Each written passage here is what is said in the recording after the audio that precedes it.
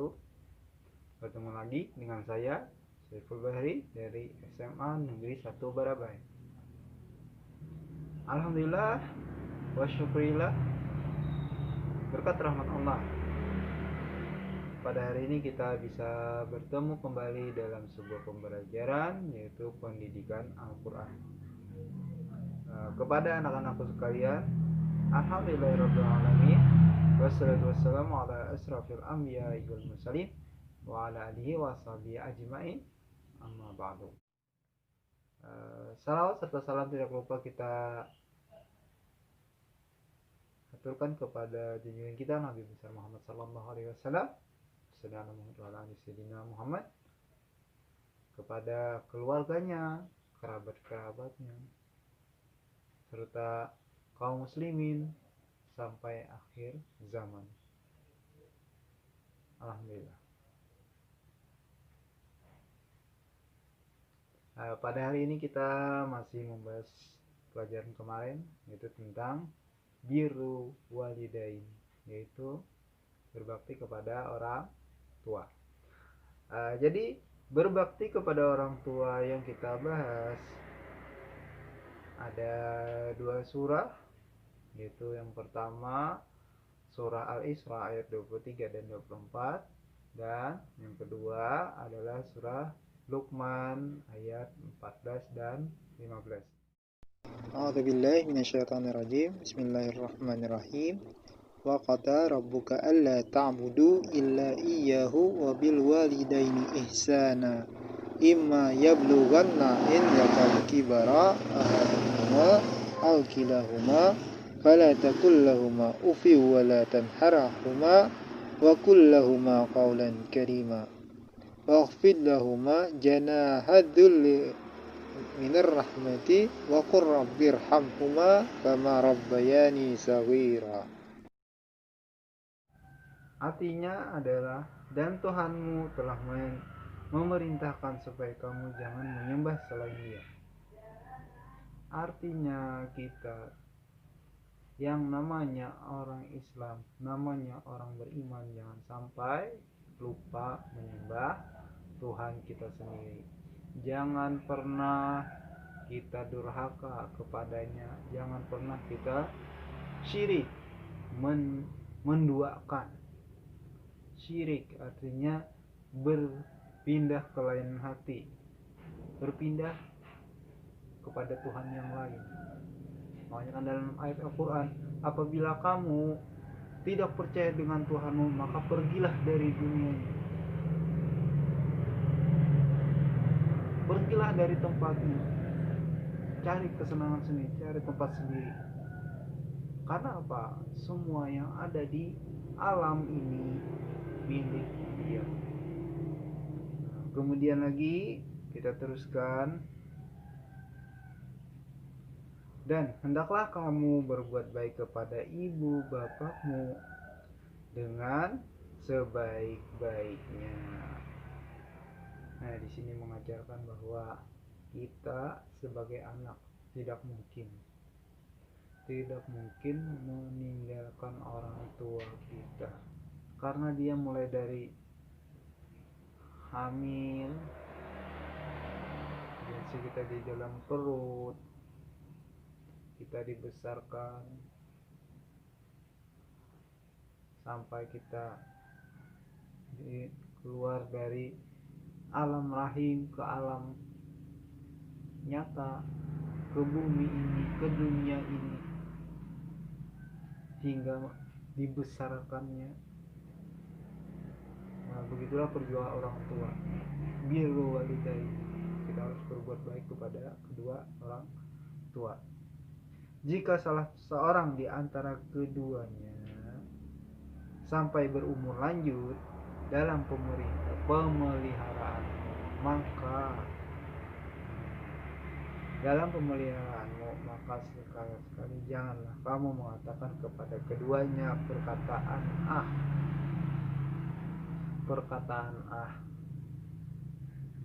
atau ih, atau perkataan dalam arti itu menolak. Dan janganlah kamu membentak mereka dan ucapkanlah kepada mereka perkataan yang mulia. Artinya apa? Kita sebagai anak, kita dilahirkan, dirawat mereka, dibesarkan mereka dengan titik peluh jerih payah mereka.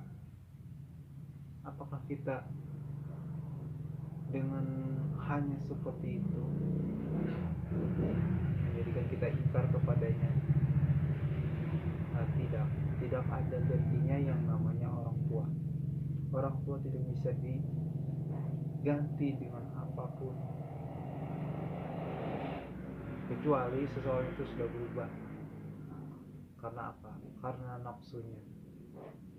Selain karena nafsunya, mungkin karena pengaruh dari luar, itu bisa merubah seseorang anak jahat kepada orang tua. Tetapi orang tua sejahat-jahatnya anak tidak akan pernah mengatakan aku jahat, yang selalu melindunginya walaupun dia yang nantinya risikonya. Nah, begitulah dari kita dengan orang tua itu tidak baik. Sebenarnya orang tua yang seberapa jahat pun anaknya, dia tidak pernah akan mengatakan jahat.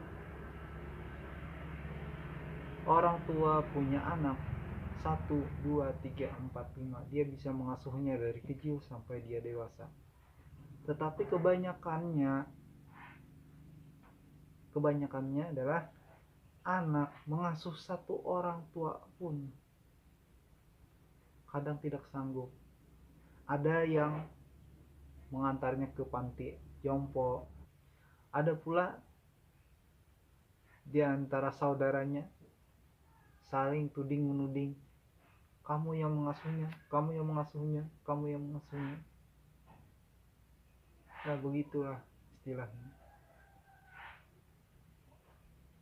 Orang tua bisa mengasuh anaknya beberapa orang pun hingga dia dewasa, tapi banyak saudara yang banyak mengasuh satu orang tua pun mereka masing-masing berebut untuk menyalahkan satu sama lain. Ya, mudah-mudahan kita di sini menjadi orang yang lebih baik lagi. Kita sama-sama menjaga orang tua kita agar dia menjadi panutan. Baiklah, kita teruskan ayat yang kedua, yaitu surah Luqman ayat ke-14 dan ke-15. A'udzubillahi minasyaitonirrajim. Bismillahirrahmanirrahim. Wa wasainal insana biwalidayhi hamalathu ummuhu wahnan ala wahni wa fisaluhu fi amaini anishkurli wa liwalidayka ilayyal masir. In jahadaka ala an tushrika bi ma laysa laka bihi ilmun fala tuti'ahuma wa sahibhuma fid dunya ma'rufa wattabi' sabila man anaba illa thumma ilayya marji'ukum fa unabbi'ukum bima kuntum ta'malun. Artinya adalah, dan kami perintahkan kepada manusia berbuat baik kepada kedua ibu bapaknya. Ibunya telah mengandung dalam keadaan yang lemah bertambah-tambah dan menyapihnya dalam 2 tahun. Bersyukurlah kepadaku dan kepada kedua orang tua ibu bapakmu, hanya kepadakulah kembali. Arti ayat ke-14 ini yaitu diperintahkan kepada manusia untuk berbuat kepada kedua orang tua, birrul walidain, berbuat baik kepada mereka. Dan ibunya mengandung selama 9 bulan. Bayangkan, seandainya kamu seperti mereka, bagaimana nanti perempuan-perempuan di sini, siswi-siswi di sini akan merasakan bagaimana yang namanya mengandung selama 9 bulan. Tapi banyak yang mengatakan laki-laki kok tidak pernah merasakan bagaimana yang 9 bulan itu. itu sudah digantikan dengan mencari rezeki untuk anaknya, mencari rezeki untuk istrinya. Itu. Tapi kalau mau boleh juga caranya. Kalau mau mungkin 3 hari aja sudah mungkin mengundurkan diri. Kenapa? Coba saja pakai kelapa, masukkan ke sini, setiap hari bawa, bagaimana rasanya. Walaupun kelapa itu yang paling kecil, itu membayangkan bagaimana perjuangan seorang perempuan, seorang ibu untuk mengasuh anaknya dari ya, dari hamil hingga anaknya dewasa, dengan keadaan lemah yang bertambah-tambah, dan menyapihnya selama 2 tahun. Artinya apa? Mulai dari hamil 2 bulan sudah merasakan bagaimana yang namanya ini kerongkongan tidak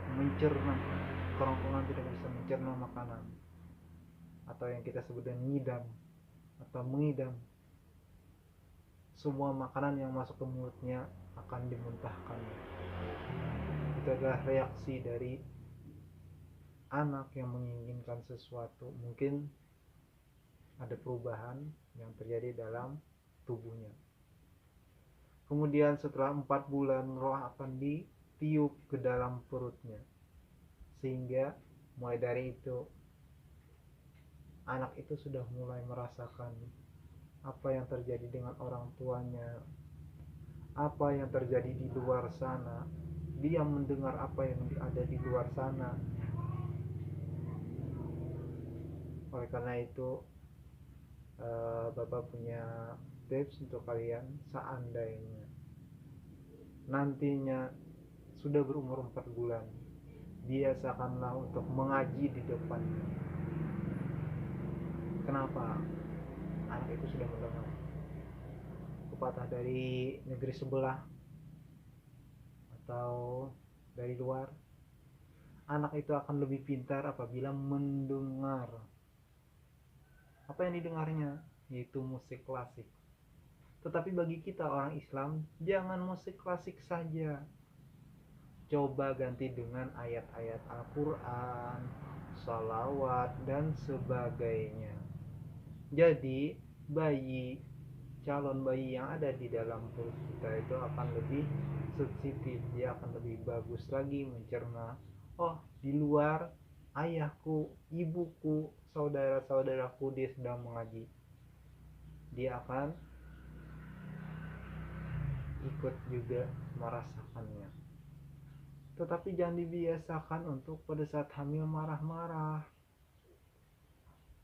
atau cerewet atau suka bertengkar, sehingga anak mencernanya pun begitu juga.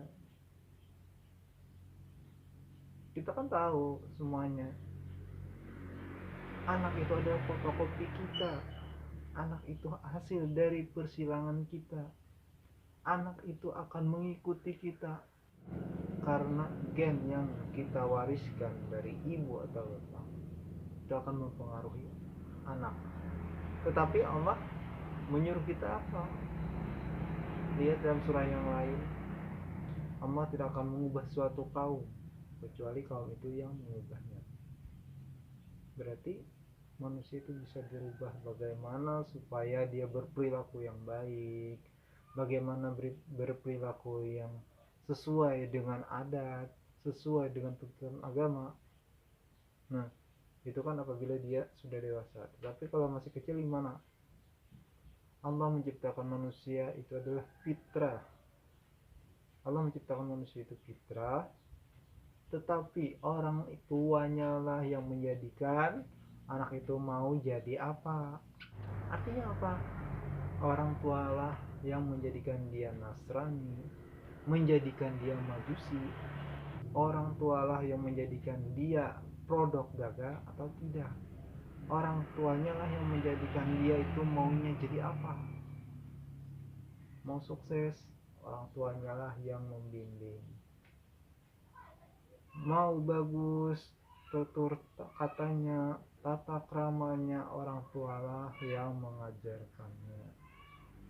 bukan anak diajarkan untuk hal-hal yang tidak baik. Itulah namanya kita manusia kan hidup memang berbarengan dengan orang lain, tetapi kita harus bisa menyaring, memfilter bagaimana kita itu berhubungan dengan orang lain, berhubungan dengan orang tua, berhubungan dengan saudara-saudara kita itu menjadi lebih baik. Ya, terima kasih. Kita teruskan pada ayat yang ke-15 surah Al-Luqman. Dan jika keduanya memaksamu untuk menyekutukan dengan aku sesuatu yang tidak ada pengetahuan tentang itu, maka janganlah kamu mengikuti keduanya. Dan pergaulilah keduanya di dunia dengan baik, dan ikutlah jalan orang-orang yang kembali kepadanya atau kepadaku. Dan jika keduanya memaksamu untuk mempersekutukan dengan aku sesuatu yang tidak ada pengetahuannya tentang itu, maka janganlah kamu mengikuti keduanya, dan pergaulilah mereka atau keduanya di dunia ini dengan baik, dan ikutilah jalan orang yang kembali kepadaku, kemudian hanya kepadakulah kembalimu, dan kuberikan kepadamu apa yang telah kamu kerjakan. Artinya di sini apabila orang tuamu memaksa untuk menyekutukanku, menduakanku, mencari Tuhan yang lain, maka jangan kamu ikuti. Kita punya akal untuk berpikir rasional dan logis, tetapi apabila itu berhubungan dengan kesalahan, berhubungan dengan sesuatu yang tidak baik, lebih baik kita hindari. Walaupun dia orang tua kita, kita boleh menyanggahnya, tetapi jangan sekali-sekali kamu menyekutukannya. Artinya apa? Jangan sekali-kali mengikuti sesuatu yang salah, karena Indonesia itu beragam. Indonesia itu, khususnya kita yang berada di Kalimantan Selatan, itu banyak yang berhubungan dengan animisme dan dinamisme, karena keturunan-keturunan kita berasal dari orang Dayak. Kemudian selain itu juga keturunan kita dulu pernah berhubungan dengan yang namanya abad ke-2 dan ke-3, yaitu abad Hindu dan Buddha, sehingga akulturasi kebudayaan kita masih tercampur dengan yang namanya animisme dan dinamisme. Animisme artinya percaya kepada roh-roh, misalnya jin, keris, ada isinya. Kemudian lagi kepada pohon-pohon yang ada penunggunya. Kemudian lagi percaya kepada hal-hal yang mistis. Itu adalah bagian dari syirik. Sedangkan dinamisme artinya percaya kepada benda-benda yang mengeluarkan sesuatu atau keajaiban atau gaib. Misalnya tadi keris, percaya kepada pohon-pohon yang besar. Kemudian lagi percaya kepada tempat-tempat yang dianggap keramat. Itu adalah bagian dari animisme dan dinamisme. Itu yang harus kita pilah dengan apa yang ada zaman sekarang. Logikanya apa? Sekarang ini zaman canggih, banyak orang yang tidak percaya, banyak orang yang terpengaruh dengan dunia virtual. Jadi kita harus kembalikan kepada Tuhan sebagai penyemangat, Tuhan sebagai pembuat damai, Tuhan sebagai pelita di hati kita, sehingga kita bisa menjaga iman kita lebih baik lagi, menjaga iman kita agar tetap berada dalam genggaman kita, agar tidak salah jalan. Karena kan pelajaran dulu pernah ihdinas siratal mustaqim siratal ladzina an'amta 'alaihim ghairil maghdubi 'alaihim waladdallin. Artinya apa? Tunjukilah kami jalan yang lurus, jalan orang-orang yang engkau beri nikmat, bukan jalan engkau yang murkai dan bukan jalan engkau yang sesatkan. Nah, jadi setiap hari kita baca Fatihah itu adalah sebagai kunci, sebagai umul Quran, umul kitab. Kita baca setiap hari yang disebut dengan As-Sab'ul Masani, atau 7 ayat yang dibaca berulang-ulang. Kenapa? Karena di situ kita meminta, di sana kita mencari kedamaian. Malik Yaumiddin, dia yang merajai hari pembalasan. Karena kita ingat suatu saat nanti kita akan meninggal. Suatu saat nanti kita akan keluar dari bumi ini menuju jalan yang lebih luas lagi, menuju jalan di mana kita akan selamanya berada di sana, yaitu surga dan neraka. Pilih yang mana tergantung kita di dunia. Baiklah, kita kembali ke birrul walidain. Birrul walidain pada surah Al-Isra banyak dijelaskan bermacam-macam.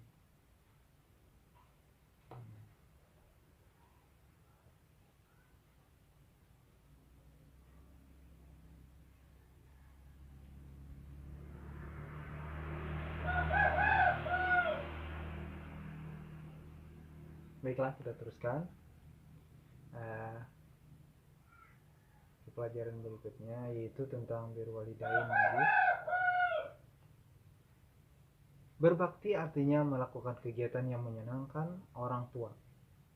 Berbakti artinya berbuat baik kepada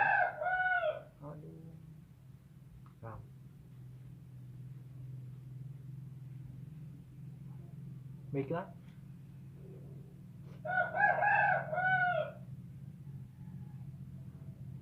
Baiklah, kita teruskan. Berbakti kepada orang tua.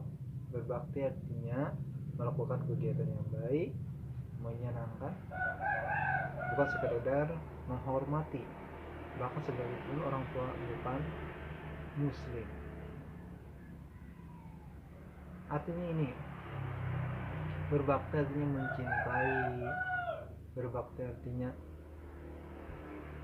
menyenangkan orang tua dan menghormatinya sebagai orang yang lebih tua, membimbing kita dari dalam alam rahim hingga kita dewasa. Kemudian walaupun dia bukan orang Islam atau bukan muslim, kita tetap, yang namanya anak itu tidak bisa dipisahkan.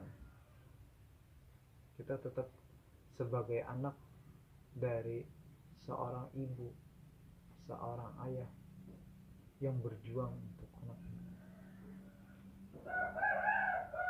Kita tetap diwajibkan berbakti kecuali kita diminta untuk mempersekutukannya. Itu tidak boleh. Kita boleh menghindarinya. Kemudian lagi, alasan kita wajib berbakti,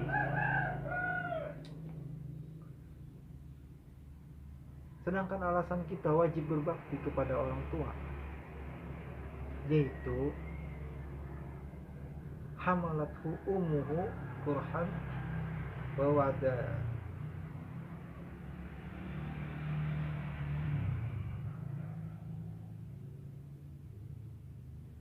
Alasan kita wajib berbakti kepada orang tua yaitu karena ibu telah mengandung dengan susah payah melahirkannya dengan susah payah. Tadi dengan disebutkan pada surah Al-Luqman ayat 14,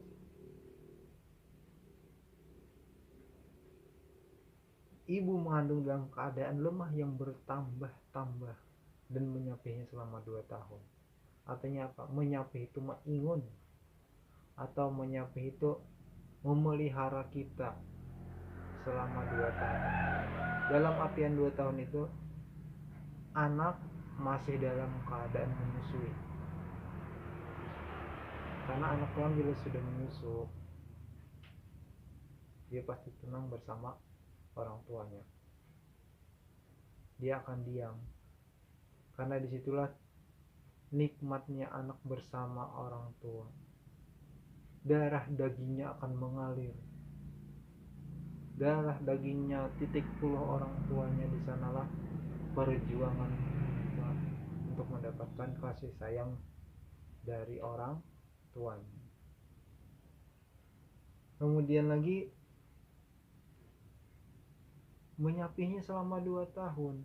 Bayangkan, kita aja mungkin kalau belum punya anak melihat kotoran itu luar biasa.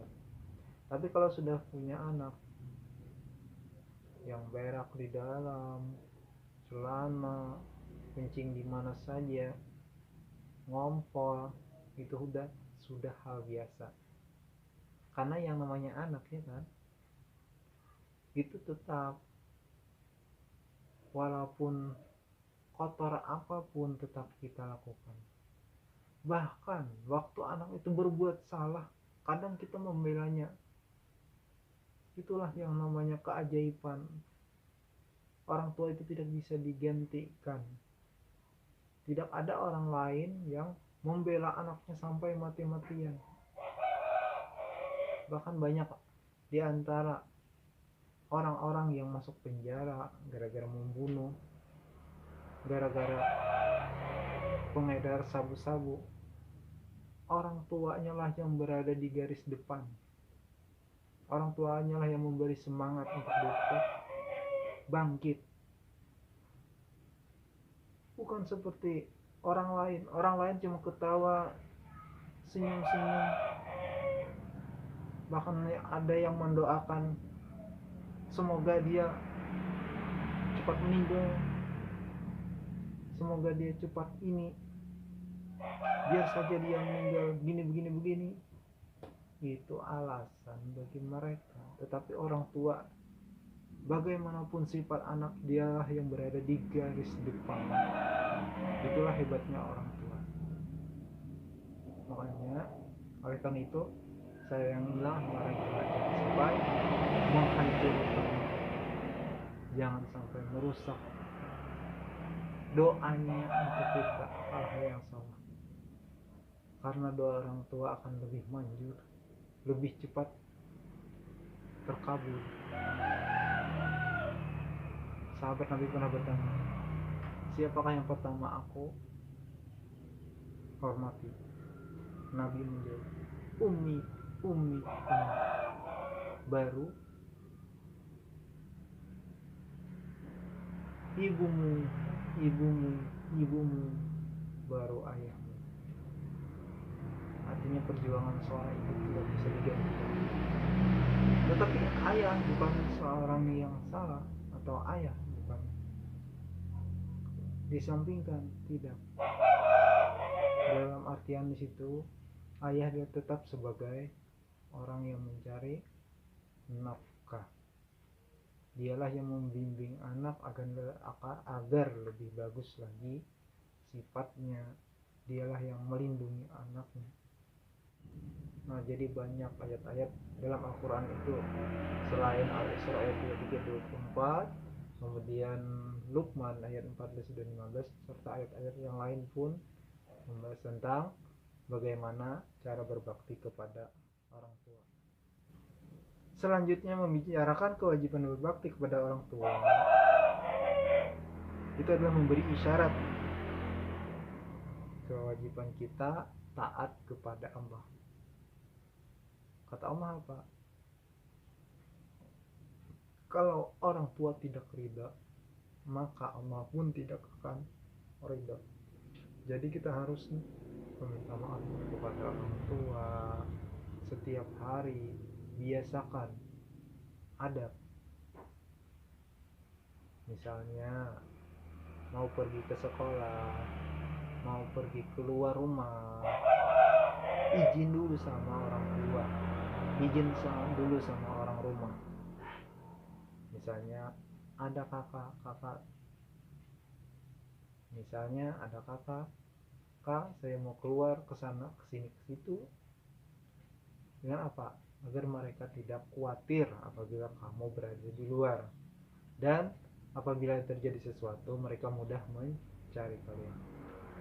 Begitu juga orang tua, makanya jangan membuat mereka menangis. Ini tidak, pergi pagi nanti datangnya habis maghrib, waduh sulit tuh. Kenapa dikatakan sulit? Orang tua itu khawatirnya luar biasa. Apalagi anak tidak nyahut, anak apakah sudah makan, anak apakah sudah salat, apakah dia punya uang. Gitu orang tua. Kadang kita yang tidak menghiraukan mereka. Bahkan dalam surah Al-Isra, janganlah kamu membentaknya. Cuma berkata saja sudah durhaka, apalagi yang lainnya. Kemudian lagi, orang tua itu tulus ikhlas mendidik kita, merawat kita. Dalam tafsir Al-Misbah, seseorang anak apabila sudah berumur 40 tahun dan dia berdoa, ya Tuhanku, berilah aku petunjuk agar aku dapat mensyukuri nikmat-nikmatku, nikmat-nikmat yang diberikan kepadaku, nikmat-nikmat yang Engkau berikan kepadaku, dan limpahkan kepadaku dan kedua orang tuaku, agar aku dapat berbuat kebajikan yang Engkau ridai, dan berilah aku kebahagiaan yang akan mengalir sampai kepada anak cucu-cucuku. Sesungguhnya aku bertobat kepada Engkau, dan sungguh aku termasuk orang muslim. Oleh karena itu, dalam hadis yang lain mengatakan bahwa amal apabila sudah mati yang diterima cuma 3.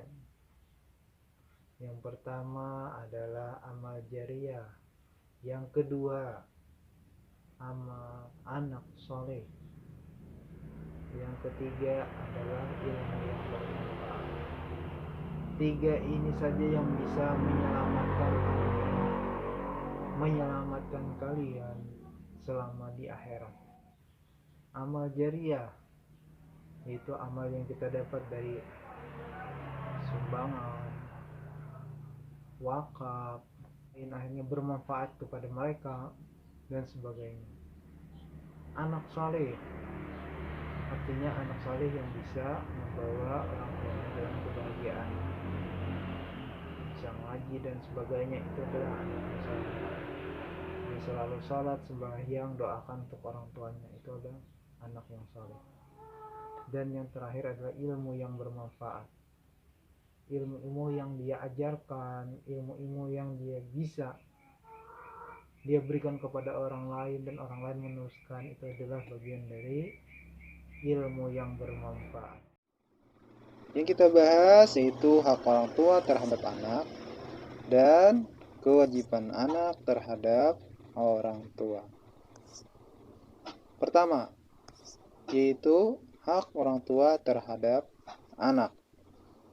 Di antaranya adalah orang tua yang masih hidup atau tua renta berhak mendapatkan kasih sayang, perhatian, dan pelayanan yang baik serta lemah lembut dari anaknya.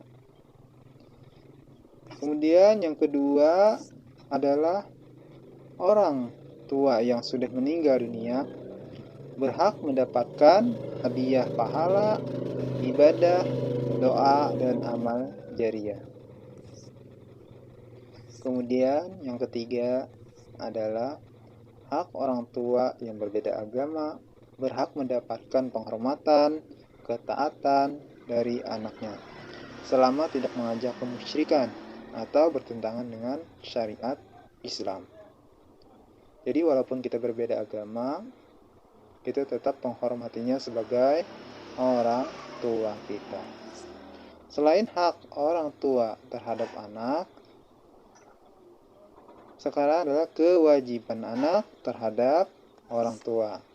Yang pertama adalah memuliakan, merendahkan suara, menaati perintah orang tua, memperhatikan, melayani dengan lembut dan penuh kesabaran, serta kasih sayang.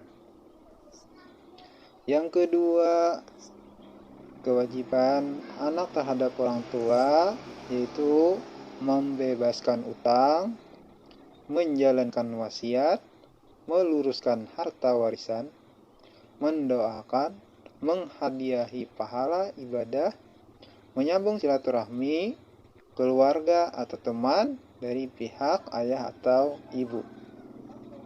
Nah, jadi seandainya orang tua kita sudah meninggal dan dia masih ada sangkut utang piutang, baik dengan tetangga, dengan keluarga, ataupun dengan orang lain, nah itu harus kita selesaikan dahulu. Yang kedua, menjalankan wasiat.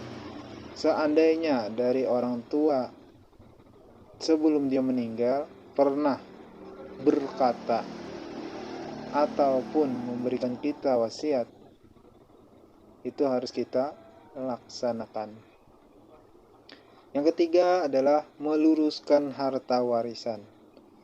Sebelum mereka meninggal, mereka sudah berbicara tentang warisan atau apapun,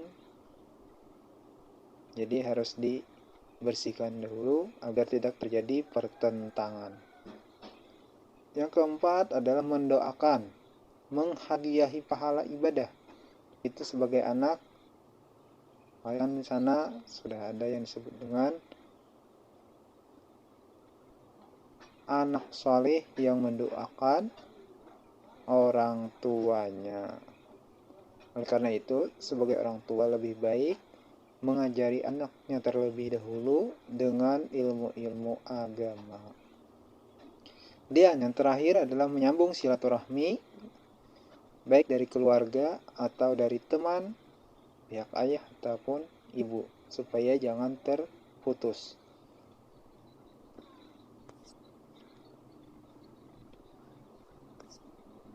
Dan terakhir, kewajiban anak terhadap orang tua adalah menghormati, menyayangi, menaati perintah orang tua selama tidak bertentangan dengan akidah dan syariat Islam. Jadi seandainya berhubungan dengan ketauhidan, kita tetap menghormatinya. Namun apabila bertentangan, kita harus berani menjauhinya, karena ibadah tidak bisa ditukar dengan apapun.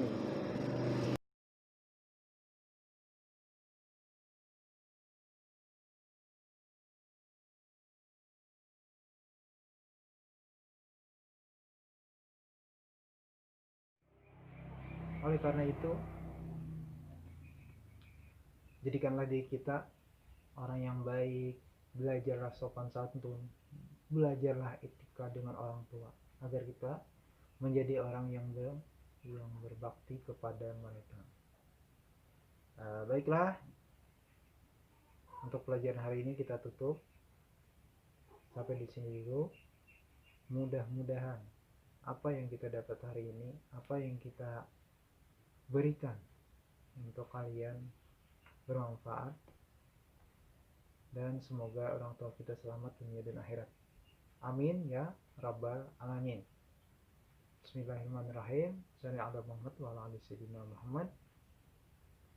Rabbana atina fid dunya hasanah wa fil akhirati hasanah wa qina adzabannar. Wassalamualaikum warahmatullahi wabarakatuh. Walhamdulillahirabbil alamin. Taqabbalallahu minkum. Minna wa minkum taqabbal ya karim. Assalamualaikum warahmatullahi wabarakatuh.